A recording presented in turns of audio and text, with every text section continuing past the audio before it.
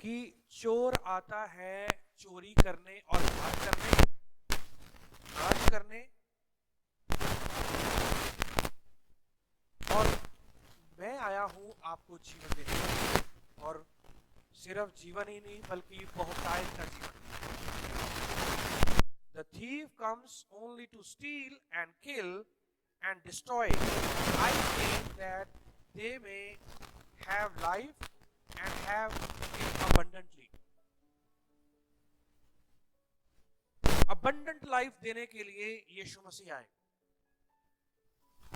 यीशु मसीह ने ये शब्द जो है, ये बातें जो है, वो खुद अपनी पवित्र मुंह से, अपने पवित्र जुबान से इन बातों को बोला। यीशु मसीह ने कहा कि ये जो थीफ है, वेरी क्लेवर।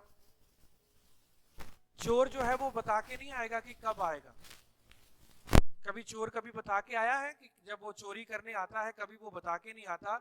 जब सब सो रहे होते हैं, जब सब आराम से होते हैं, किसी को भनक भी नहीं होती कि मेरे साथ ऐसा बुरा हो जाएगा, तब वो चोर आता है और आ करके वो चोरी करके ले जाता है। और उसके बाद हम देखते हैं, सोचते हैं कि अरे ये कैसे हो गया? यदि मैं उस दरवाजे को बंद करके रखती या करके रखता तो शायद ऐसा ना होता। यदि मैं उसको कैमरे, सीसीटीवी कैमरे लगा लेती या लगा लेता तो शायद ऐसा ना होता। चोर जो है उसमें आ जाता, उसकी शक्ल आ जाती। यदि मैं उस चीज को जो मेरी चोरी हो चुकी है उसको मैं अच्छे से लॉक करके रखता तो हो सकता था कि वो चोर आता पर मेरी वो बहुमूल्य जो चीज है, कीमती चीज है, उसको चुरा के ना लेके जाता। मेरे प्रियो, ऐसे बहुत सारी हम बातें, जब नुकसान हो जाता है, जब जिंदगी में ऐसे नुकसान हो जाते हैं, फिर उसके बाद हम पछताते हैं। पर यही याद रखना कि पछताने से कुछ हल नहीं होने वाला। हम कह सकते हैं, हम बोल सकते हैं, योजना भी बना सकते हैं, कह सकते हैं कि वो यदि हम ऐसा होता करते तो ऐसा ना होता, ऐसा करते तो ऐसा ना होता। हम अपने घोड़े जो है वो दौड़ा सकते हैं अपनी जो ईमान है। पर ये याद रखना कि यदि आपका गुस्सा चुरा करके लेकर गया है,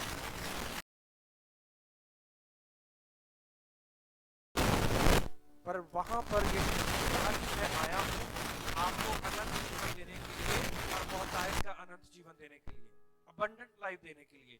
यानी कि कोई है जो हमारे लिए फाइट करेगा, कोई है जो हमारे बारे में सोचता है, कोई है जो हमें निराशा से आशा में वो लेके जाना चाहता है, कोई है जो हमारे दुखों को जानता है, हमारी तकलीफों को जानता है, हमारी बीमारियों को, हमारी तकलीफों को, हमारी कठिनाइयों को, सब चीज़ों को जानता है। यदि कोई बीमार लाचार है कोई आप में से, या कोई दुखी है, या फिर कोई भी दुविधा में है, कठिनाइयों में है, बिजनेस लॉस है, या कोई कारोबार नहीं है, जॉबलेस है, मेरे प्रियो, डोंट वरी। आप सोच रहे हैं कि आराम से बैठे हुए हैं घर में, पर आराम से बैठने के लिए, आराम से बैठने के द्वारा आपको कुछ नहीं मिलेगा। और मैं आपको बताऊंगा आज की उदाहरणें कि जो यहोवा के वचन में है, जब आप उन उदाहरणों को आप देखेंगे तो वाकई में आज आप आशीष और बरकत पाएंगे। और एंड ऑफ द वर्ड, वचन के अंत में कहेंगे कि यस आई विल स्टैंड, खड़ा होऊंगा, हम खड़े होंगे और हम फाइट करेंगे, हम अपने कार्य को करेंगे, अपने मुंह को खोलेंगे, हम दुआ करेंगे, प्रार्थना करेंगे, हम आगे बढ़ेंगे। जो हमारा काम है वो हम करेंगे, जो यहोवा का काम है, यीशु का काम है, वो यीशु करेंगे। तो आज आपने ये अभी सुना है यूहन्ना 10 अध्याय उसका 10 वचन में, चोर आता है चोरी करने और नाश करने। यीशु मसीह ने कहा कि मैं आया हूं आपको जीवन देने के लिए, बल्कि बहुतायत का जीवन देने के लिए, अबंडेंट लाइफ देने के लिए। एक उदाहरण मैं आपको बताना चाहता हूं। जो फर्स्ट एग्जांपल है वो है लूका उसका 18 अध्याय उसका 3 वचन में, जो कि आपने बहुत बार इसके बारे में, उदाहरण के बारे में आपने देखा होगा और पढ़ा भी होगा। देयर इज ए विडो, एक विधवा है जो हर दिन वो राजा के पास आकर के वो फरियाद करती है, कहती है कि मेरा जो हक है वो मुझे दिला। एक नगर में एक विधवा थी जो उसके पास आकर कहा करती थी, मेरा न्याय चुकाकर मुझे मुद्दई से बचा। कुछ समय तक तो वह ना माना, परंतु अंत में मन में विचार करके कहा, यदि मैं ना परमेश्वर से डरता हूं और ना मनुष्यों की कुछ परवाह करता हूं, तो भी ये विधवा मुझे सताती रहती है, इसलिए मैं उसका न्याय चुकाऊंगा। कहीं ऐसा ना हो कि घड़ी घड़ी आकर अंत को मेरी नाक में दम करे। ये राजा जो है वो बहुत ही क्रूकेड है। ना तो इसको यहोवा की कोई परवाह है, परमेश्वर की कोई परवाह है, ना लोगों की कोई परवाह है। जिसको परमेश्वर की कोई परवाह नहीं होती, जो परमेश्वर के साथ जुड़ा नहीं है और लोगों के साथ भी जुड़ा नहीं है, लोगों की कोई परवाह नहीं है, तो ये याद रखना वो इंसान कैसा इंसान है। वो इंसान फिर ना तो वो इंसानियत के साथ जुड़ा है, ना वो परमेश्वर के साथ जुड़ा है, वो किसी और के साथ ही जुड़ा हुआ है, यानी कि शैतान के साथ, शैतान के कामों के साथ, शैतान की बातों के साथ, उसको किसी की कोई परवाह नहीं। सेल्फिश, जब जिंदगी में सेल्फिशनेस आ जाती है इंसान के अंदर, तो वो वाकई में किसी की परवाह नहीं करता। मेरे प्रियो, सेल्फिशनेस जो है, अपने बारे में सोचना, अपने जीवन के बारे में सोचना, किसी की परवाह नहीं करनी, तो इसका मतलब ये है कि आपकी जिंदगी यहोवा से भी दूर है और लोगों के साथ आपका कोई भी लेन देन नहीं है, यानी कि लोगों के साथ आप जुड़े नहीं हैं। तो ये राजा जो है ऐसा ही वो कर रहा था, ना उसका लोगों के साथ कोई वार्तालाप, ना कोई चिंता, पर ये राजा है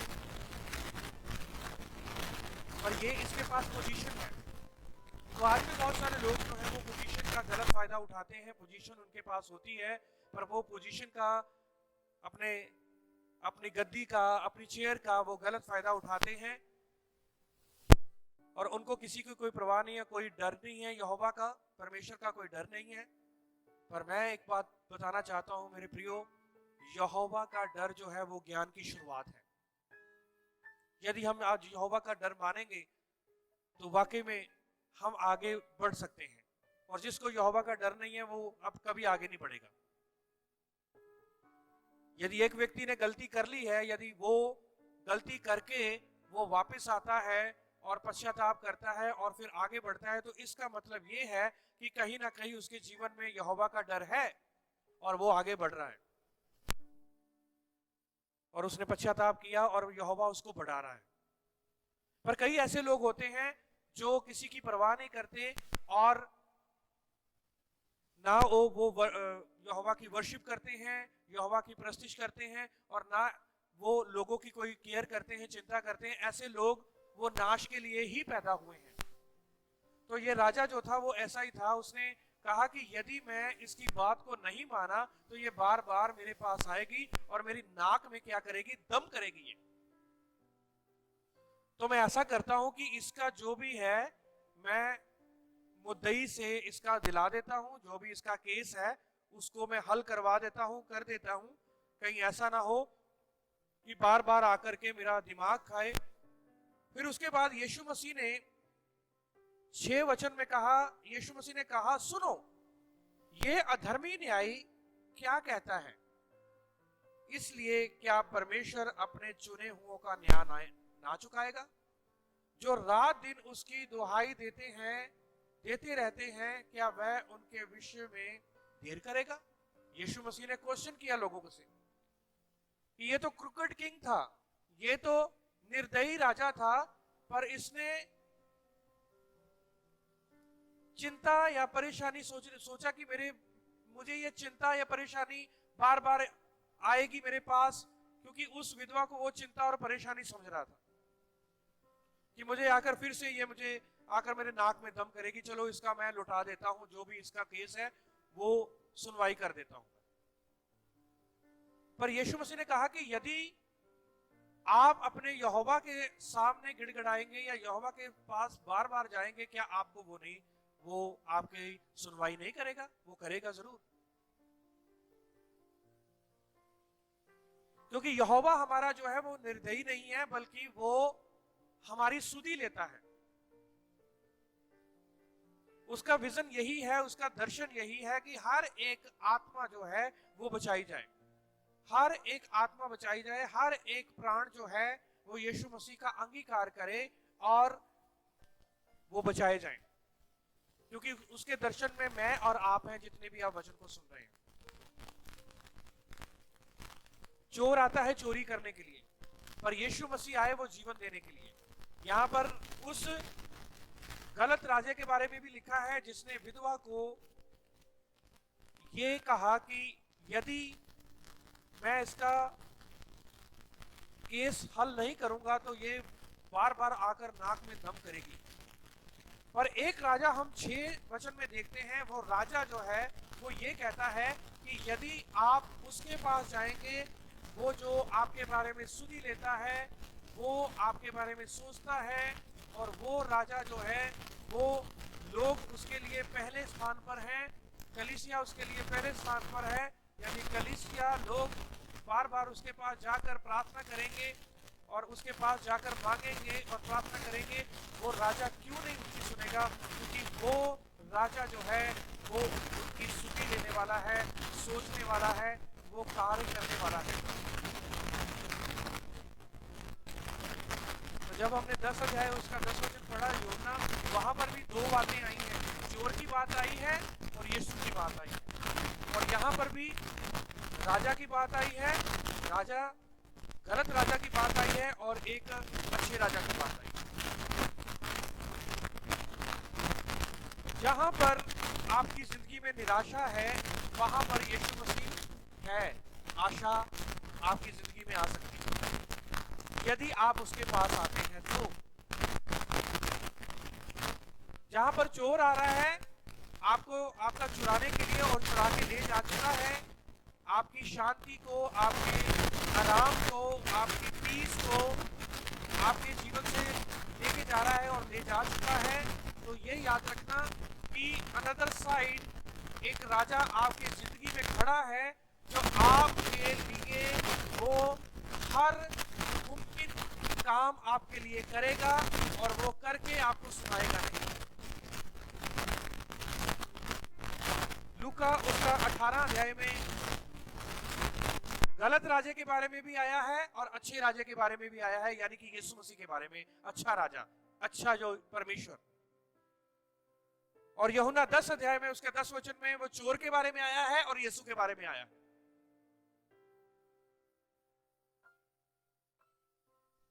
जहां पर भी आपके जीवन में गलत होगा, यह याद रखना, जब आप यीशु मसीह के साथ जुड़े हुए हैं और यीशु मसीह के साथ आपकी वाचा है और यीशु मसीह की आपके साथ वाचा है, आपकी यीशु मसीह के साथ वाचा है और आप बने हुए हैं, तो आप गिरेंगे नहीं, वो आपको गिरने नहीं देगा।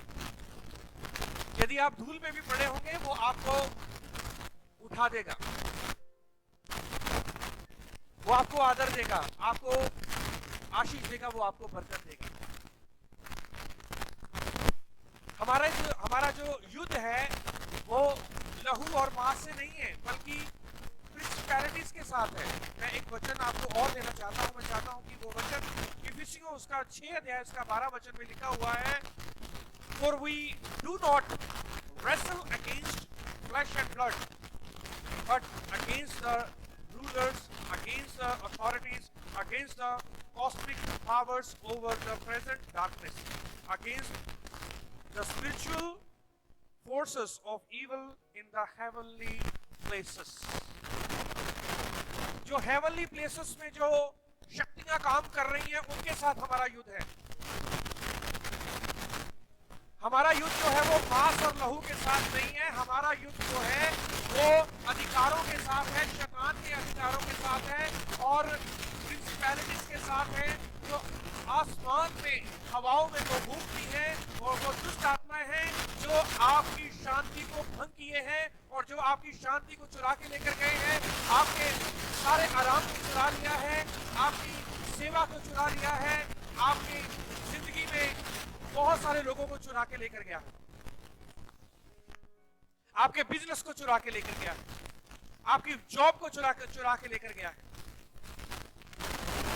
मेरे प्रियो, उसके साथ फाइट करनी है और ये फाइट कोई और आके आपके लिए नहीं करेगा, बल्कि वो फाइट आपने करनी है। वो फाइट आपने बोलना है कि जो मेरा चुरा के लेकर गया है शैतान, वो यीशु मसीह के नाम से वो वापस करेगा। विश्वास आप यीशु के ऊपर करते हैं, आपकी जो लाइफ लाइन जो है वो यीशु मसीह है, आपका ध्यान जो है वो यीशु मसीह की तरफ है, पर आपको बोलना उससे है जो चुरा के लेकर गया है। आपने लड़ाई उसके साथ करनी है जो आपकी शांति को, आपके आराम को जिसने भंग किया है, उसके साथ आपने लड़ाई करनी है। और आपने अपने मुंह से बोलना है, क्योंकि यहोवा के वचन में लिखा है कि यदि आप शैतान का सामना करेंगे तो शैतान आपसे भागेगा। तो सामना करने के लिए आपको यीशु के साथ जुड़ना पड़ेगा। जितनी देर तक आप यीशु के साथ नहीं जुड़ते, जितनी देर तक आप यीशु के साथ अपनी वाचा को नहीं बांधते, जितनी देर तक आप उसको यीशु मसीह को अपना उद्धारकर्ता करके ग्रहण नहीं करते, जितनी देर तक आप अपने मुंह से अंगीकार नहीं करते कि यीशु मसीह मेरा मुक्तिदाता, मेरा प्रभु है, मेरा इलोहिम है, उतनी देर तक आप शैतान का सामना कर ही नहीं सकते। तो आपको शैतान का सामना करने के लिए आपको एक डिवाइन पावर की, आपको यहोवा की पावर की आपको जरूरत है, उसकी शक्ति की जरूरत है, उसकी सामर्थ्य की जरूरत है। दूसरा शमूएल उसका 9 अध्याय को जब आप पढ़ोगे और वहां पर लिखा हुआ है कि जब दाऊद जब राजा बना तो उसने एक व्यक्ति को बुलाया और उस व्यक्ति का नाम मेफीबोशेत था, जिसको उसने अपने महल में बुलाया। ये दूसरी उदाहरण है मेरे प्रियो, मैं आपको देना चाहता हूँ। दूसरा शमूएल उसका 9 अध्याय में आप पढ़ लेना, क्योंकि मैं आपको पूरा पढ़ाऊंगा नहीं, मैं सिर्फ आपको बताऊंगा कि वहां पर क्या हुआ। क्योंकि जब मेफीबोशेत जब वो छोटा ही था तो दाई के नर्स के हाथ से वो गिर गया और लबड़ा हो गया। वो बचपन से वो अपाहिज था, क्योंकि जब एनिमी आए, जब वो दुश्मन आए और दुश्मनों ने सब कुछ खत्म कर दिया उनके खेत खलिहानों को, क्योंकि मेफीबोशेत जो था वो शाऊल का पोता था, जोनाथन का बेटा था। और शाऊल भी मर गया, जोनाथन भी मर गया, पर हम ये जानते हैं कि दाऊद के साथ जोनाथन की बहुत गहरी दोस्ती थी और दाऊद को बहुत बार उसने बचाया, जोनाथन ने।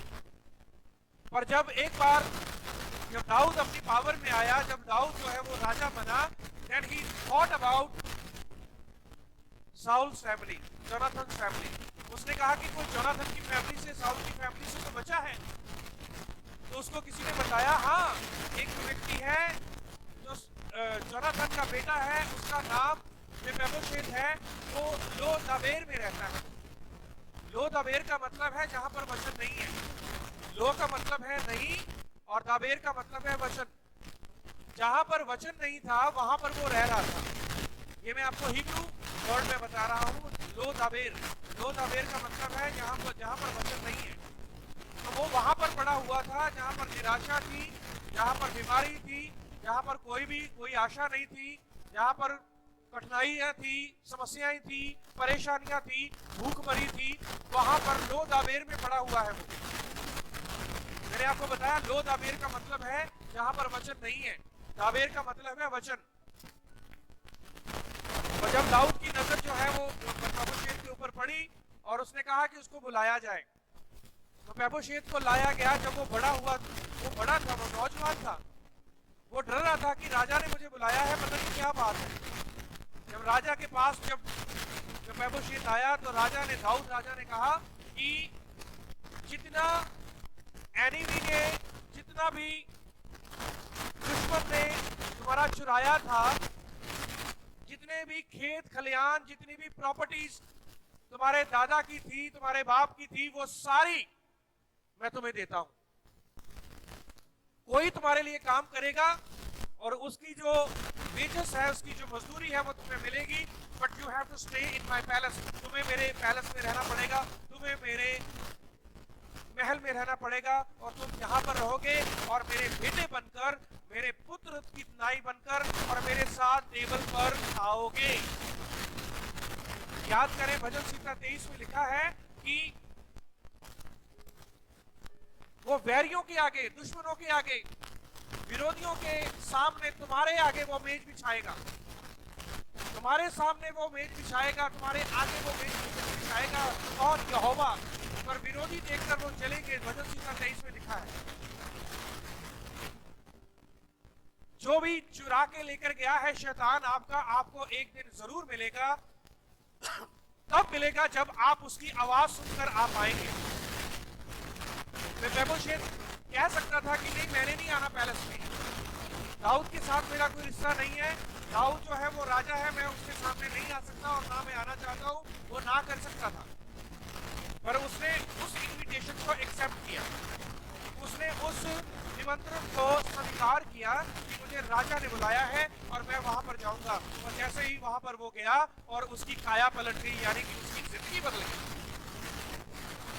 मेरे प्रियो, ऐसे ही आपकी जिंदगी में हो सकता है, जितने भी मेरे भाई बहन ऑनलाइन वॉच कर रहे हैं, कि यदि आपका सब कुछ जा चुका है, आपकी प्रॉपर्टीज जा चुकी है, या किसी ने आपकी प्रॉपर्टी के ऊपर कब्जा किया हुआ है, या आपके दौलत के ऊपर, आपके पूर्वजों की दौलत के ऊपर, या किसी बातों के ऊपर कब्जा किया हुआ है, ये याद रखना वो आपको मिल सकती है, आपके पास आ सकती है, आपकी जॉब आपके पास आ सकती है, आपकी बिजनेस आपको दोबारा मिल सकता है, आपकी स्पिरिचुअल लाइफ आपको दोबारा मिल सकती है, आपकी सेवकाई आपको दोबारा मिल सकती है, आपकी पोजीशन आपको दोबारा मिल सकती है। पर बात ये है कि you have to listen the voice of the lord. आपको यहोवा की वॉइस को सुनना है, परमेश्वर की वॉइस को सुनना है, और सुन करके उसके पास चले आना। और यदि आप आज अपने मन को कठोर ना करें, तो आज आप उसके भवन में आए, उसके पास आए और आकर पश्चाताप करें और आप कहें, लॉर्ड आई एम सिनर, मैं पापी हूं, मेरे ऊपर दया कर। और ये याद रखना, उसी दिन जो आपकी पोजीशन गई हुई थी वो आपको वापस मिलेगी। उड़ाऊ पुत्र के बारे में तीसरी उदाहरण मैं और बताना चाहता हूं। उड़ाऊ पुत्र के बारे में ये लूका 15 अध्याय में है। वो चला गया था, सब कुछ लुट गया, सब कुछ जो था वो शैतान ने, शैतानिक जो काम जो थे उसमें सब कुछ लुटा दिया, यानी कि शैतान ने सब कुछ खो दिया। शैतान ने उसका सब कुछ लूट लिया, उस लड़के का। शैतान के कामों में उसने, शैतानिक वर्क में उसने सब कुछ अपना सब कुछ खो दिया। पर जब वो अपने आपे में आया तो उसने कहा कि मैं अपने बाप के घर में जाऊंगा और जाकर मैं उसको कहूंगा कि मुझे नौकरों में चाकरों में ही रख ले। और जब वो वापस आया, मेरे प्रियो, उसके बाप ने उसको गले लगाया। जो पोजीशन उसकी जा चुकी थी, जो पोजीशन शैतान उसकी ले चुका था, जो पैसा उसका सब कुछ खो चुका था, जो कपड़े उसके खो चुके थे, जो उसकी पोजीशन खो चुकी थी, जो वो पुत्र की पोजीशन को खो चुका था, सब कुछ उसको वापस मिला, सिर्फ एक ही बात करने से, पश्चाताप। ये पश्चाताप जो है ना, बहुत ही जरूरी है। यदि आप पश्चाताप आज करते हैं, आपका बिजनेस आपको मिलेगा, आपकी जॉब आपको मिलेगी, आपका आत्मिक जीवन आपको मिल सकता है दोबारा वापस, आपकी पोजीशन आपको वापस मिलेगी। पर उस पोजीशन को आपने संभाल करके रखना है कि वो यहोवा ने आपको वापस दी है। मेरे प्रियो, इंसान को जिंदगी में एक बार जरूर ठोकर लगती है, और जब उसको ठोकर लगती है तो फिर वो वापस आता है और वो पश्चाताप करता है, एंड से Lord I am Sinner, please mercy on me, मेरे ऊपर दया कर, मैं पापी हूं, मैं गुनहगार हूं। यीशु मसीह के पास बहुत सारे लोग आए, कहा मैं पापी हूं, मैं गुनहगार हूं। सबसे पहली बात, यदि आप चाहते हैं कि आपका सब कुछ आपके पास वापस आए, सबसे पहला स्टेप जो है वो आपको फिर से दोबारा यीशु मसीह के साथ करना पड़ेगा। यीशु मसीह को अपना जीवन देना पड़ेगा। यीशु मसीह को अपना उद्धार करना चाहिए। यीशु मसीह को अपना उद्धार करना करके ग्रहण करना पड़ेगा, उसको अपने जीवन में लेना पड़ेगा और उसके साथ बने रहना पड़ेगा, क्योंकि यदि आप उससे बने रहेंगे तो जो चाहो मांगो वो आपके लिए हो जाएगा और शैतान जो आपका चुरा के लेकर गया है वो आपका वापस वो करेगा जरूर। फिर आप बोल सकते हैं कि ऐ शैतान, ऐ इब्लीस, यीशु मसीह के नाम से मैं आज्ञा देता हूँ, मैं तुम्हें आज्ञा देती हूँ, जो तू मेरा चुरा के लेकर गया था वो यीशु मसीह के नाम से वापस कर, क्योंकि अब मैं यीशु मसीह की बेटी बन चुकी हूँ, यीशु मसीह का बेटा बन चुका हूँ, मैं यीशु मसीह के पास वापस आ गया हूँ, आ गई हूँ। अब तेरा कोई हक नहीं है कि वो मेरी आशीष बरकतें जो तू चुरा के लेकर गया है, जो तुमने मेरे लिए नाश करने का प्लान बनाया था और मुझे एक गड्ढे में डाल दिया, और गड्ढे में जब तूने डाला और उसमें से यीशु मसीह ने मुझे उठाया, तो आज वो मेरी पोजीशन जो है, जो मेरी आशीष और बरकत जो चुरा के लेकर गया है, वो वापस कर। आपको याद होगा जब मैंने आपको शुरू में बताया था, वो राजा उसने वो सारी पोजीशन, वो सारा जो केस जो था वो विधवा का, वो सोल्यूशन उसका निकाला और उसको कहा कि यदि ये बार बार आएगी मेरे पास तो मेरा दिमाग खराब करेगी, मेरे नाक में दम करेगी। तो मेरे प्रियो, वापस तभी मिल सकता है जो शैतान ने आपका चुराया है, वापस आपको तभी मिल सकता है यदि आपका नाता, आपका रिश्ता, आपका रिलेशन यीशु मसीह के साथ है। एक छोटी सी उदाहरण देकर मैं बंद करूंगा। यदि आज लोग जानते हैं कि आपका जो रिलेशन है वो परमेश्वर के साथ है, प्रधानमंत्री आपके साथ पीता है, बैठता है और आपके साथ चाय कॉफी सब कुछ पीता है, जिन्होंने भी आपके लिए कोई बुरे काम किए होंगे या बुरे शब्द निकाले होंगे या आपको ठगा होगा या कुछ भी ऐसा बुराई की बातें करी होंगी, वो खुद ब खुद आके आपसे खुद माफी मांगेंगे। जो आपसे ठगा होगा वो खुद ब खुद आपको आके दे देंगे। कहीं ऐसा ना हो कि हमारे ऊपर मुकदमा हो जाए या हमारे ऊपर कोई ऐसी प्रॉब्लम आ जाए, क्योंकि इसका रिश्ता तो प्रधानमंत्री के साथ, लोग आपसे डरेंगे।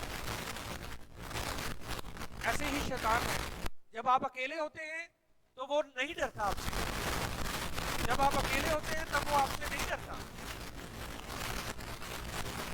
पर जब आपका रिश्ता यीशु मसीह के साथ हो जाता है, राजाओं के राजा, प्रधानमंत्रियों से भी प्रधानमंत्री है वो, ऊपर से भी ऊपर की गवर्नमेंट है उसके पास,